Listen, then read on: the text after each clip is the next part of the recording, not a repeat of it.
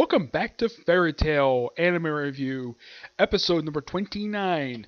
This one I'm viewing the 296th 97th episode of the anime, Until the Battle is Done. This one, unusually enough, adapts the highest number of chapters, well, for one episode. That's 3.5, covers chapters 470 to 472, and of course the first 9 pages of 473. There's at least several battles happening here. One, of course, actually concludes. Yeah, you have God Serena taking on the top four of the 10 Wizard Saints, and it looks like he's about to kill him, and then all of a sudden Warren just pulls a Hail Mary, uses his forest magic to take out God Serena, and of course the other two chip in. One, of course, has transformation magic. The other, of course, is gravitation magic. And then all of a sudden, God Serena pulls out his own ace up his sleeve, where he apparently knows the Dragon Slayer magic about at least about 4 different ones. For Earth, Fire, Water, and Wind. And then, he takes them all out, he's about to kill them, and then all of a sudden, Agun Logia shows up completely out of nowhere. Yeah, you seem like this, who is that? And it's Ag the freaking Logia. I mean, I know who he is because I've seen this guy before, so it's not really a big surprise. But yeah, as for Agun Logia, him being here, that's actually a surprise because, as far as I know, he's never interacted with any of these characters. I mean, I'm sure Warren himself has probably heard of Agun Logia, but I don't remember if he actually has seen him in his human form, but as for a lot of these characters, I don't think anybody's ever seen this guy before at all. I mean, I'm sure that the members of Spirit Control have probably seen pictures of him, but they've never seen him in person. But it's something, all of a sudden he goes to the Grand Arena, and he basically slices and dices him, not like in pieces per se. Basically, he guts him, and God Serena dies right there, though he does come back later, mind you. And Akalunga walks off, and he's never seen the rest of the episode. We also see Sherry taking on the Queen of Warriors, and she tries to do the same thing she did to Kagura a couple episodes back when she had nearly strip her butt naked. Lucky enough, Wendy shows up before she can finish the job, and of course she gives Wendy her coat, puts it on, and of course they have a big brawl, and of course we have Urza show up, teaming with Kagura to take on the port. Now, before I continue with the rest of the episode, there's a couple really cool, calm moments of this episode. One, of course, you have one team which consists of Urza, Wendy, Carla, Juvia, Gray, and I believe that's also with Loxus. Yeah, Loxus. And, of course, that you also have about to go to sleep, and, of course, Urza, of course, is still covered with bandages. I'm like, woman, put on a damn shirt. And of course, she's so funny. And I comment, I was watching the episode like, man, kind of like Clicky Beer is so funny in this episode. I'm sure anybody basically watching the dub can realize, though, yeah, she's completely hilarious. Almost like she's about to drink.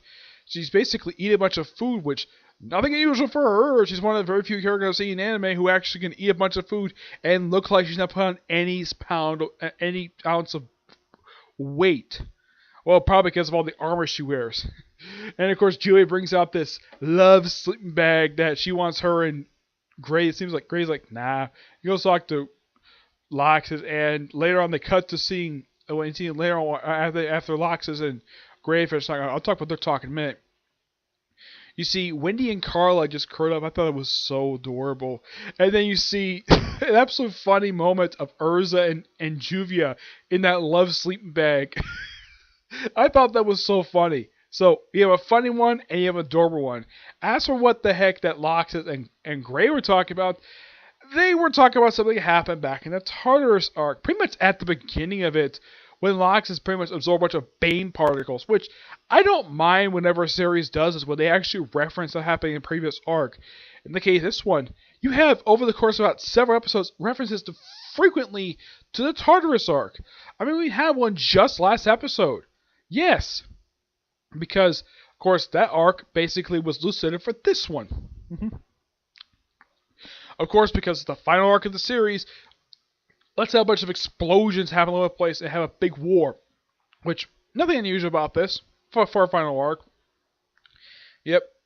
And then we also see at toward the end of the episode, you see Locks take on Wall. Yeah. And this is a big brawl. It takes the last like 10 minutes of the episode. Yeah, it takes about last 5-10 minutes. It's basically a brawl of this town that they're in. And first Locks spots him on the roof, and then he just basically, of course, fights him back and forth. He basically beats the crap out of him for injuring the Thunder Legion. And in case you're wondering, is Natsu this episode? Yes. He still hasn't woken up yet. He's been basically knocked out for like 2 episodes now.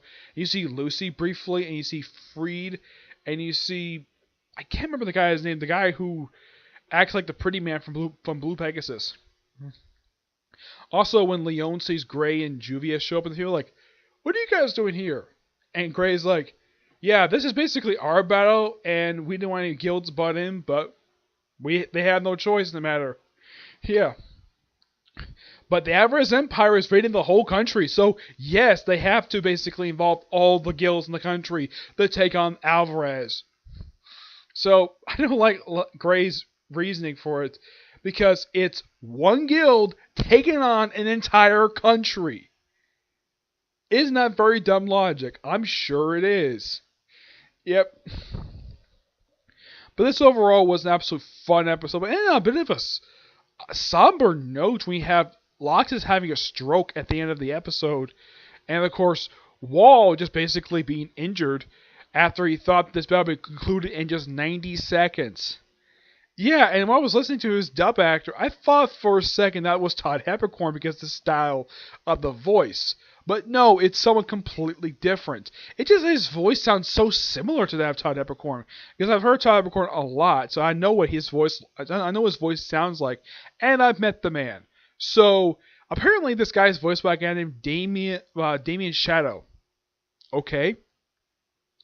Yeah, I mean, when you hear this guy's voice, anybody could possibly mistake this guy for being Todd Peppercorn, but it obviously is not. Maybe Todd Peppercorn maybe needs a break. I'm not really sure, but I mean, when I heard this guy, I thought it was Aaron Todd Peppercorn, but it's completely somebody else. Yep. So yeah, that's really it for this particular review. Stay tuned for my Comic Corner. What to do next.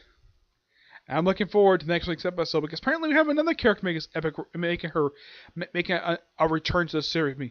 Last week it was Aquarius. Next week we have another character who's been gone almost just as long. Okay? But till you see your next review, bye.